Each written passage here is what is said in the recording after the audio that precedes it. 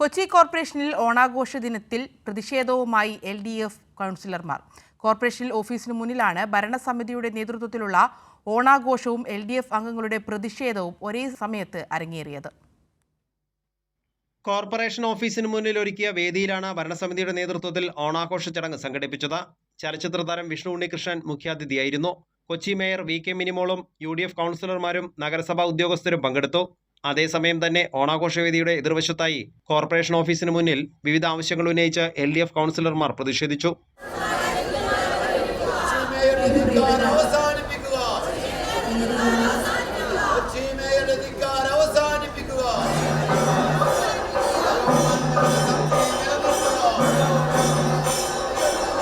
പലതവണയായി തങ്ങൾ ഉന്നയിക്കുന്ന വിഷയങ്ങൾ കൗൺസിൽ യോഗത്തിൽ ചർച്ച ചെയ്യാൻ മേയർ തയ്യാറാകാത്ത സാഹചര്യത്തിലാണ് ഈ ദിവസം തന്നെ പ്രതിഷേധിക്കുന്നതെന്ന് കോർപ്പറേഷൻ പ്രതിപക്ഷ നേതാവ് VA ശ്രീജിത്ത് പറഞ്ഞു. ഞങ്ങൾ ഓണാഘോഷത്തെ ബഹിഷ്കരിച്ചുകൊണ്ടാണ് ഈ സമരം നടത്തുന്നത്. ഓണാഘോഷം തടസ്സപ്പെടുത്തിക്കൊണ്ടല്ല.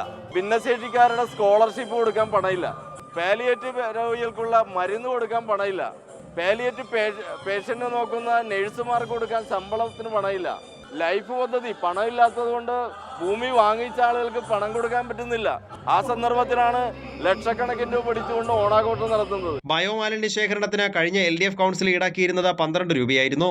ഇത് UDF ഭരണസമിതി വന്ന ശേഷം 24 വർദ്ധിപ്പിച്ചതിലും കൗൺസിലർമാർ പ്രതിഷേധം അറിയിച്ചിരുന്നു. ഭരണസമിതിയുടെ നേതൃത്വത്തിൽ ഓണസദ്യ നടക്കുമ്പോൾ LDF കൗൺസിലർമാർ സദ്യയിൽ പങ്കെടുക്കാതെ ബണ്ണ് കഴിച്ചാണ് പ്രതിഷേധം അറിയിച്ചത്. കൈരളി ന്യൂസ്, കൊച്ചി.